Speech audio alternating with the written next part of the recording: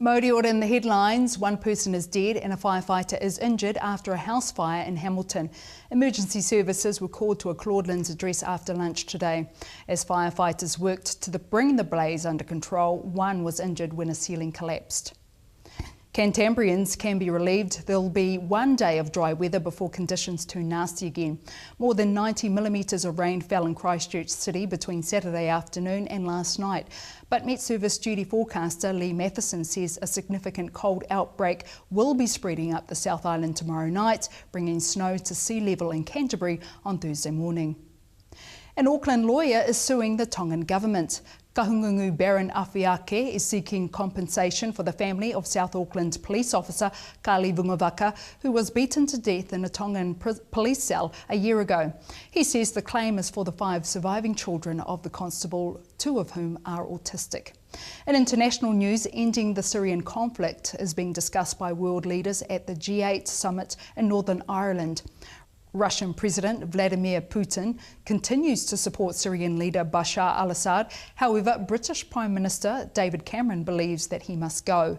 Putin firmly dismisses that. I want to draw your attention to the fact that Russia supplies arms to the legitimate government of Syria in full compliance of international law. We are not breaching any laws. Rogue intelligence technician Edward Snowden says the US government won't be able to halt his revelations about its secret surveillance programs. However, President Barack Obama has sought to allay fears. Obama has defended the NSA data gathering programs, insisting that they were carried out with a system of checks and balances. The South African nation breathed easier today on news that Nelson Mandela is doing well. Although still in a serious condition after 10 days in hospital fighting a lung infection, his health is said to be improving. And back home, the government says it's considering introducing GPS technology to assist with its 111 service. A coroner's recommended the move following his findings into the death of Otaki man Jason Roach, who died in December 2010 while walking home at night near Waikanae on State Highway 1. He had called police that he'd been hit, but police were unable to get a precise location from him or from Telecom. Mā ngā iwi o ngā puhi e whakatau me pewhi rātau e anga whakamua mō tā rātau whakataunga tiriti o Waitangi ki te Corona.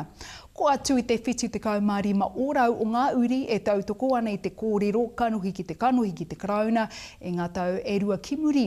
Whoi anō he ruarua noi ho kaore e tautoko ana i ngā mahi a ngā māngai. Prime Minister John Key says it's a matter for ngā puhi to resolve.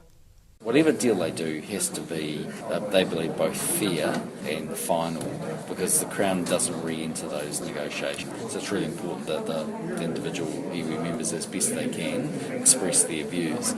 And tweet is now an official word in the Oxford English Dictionary.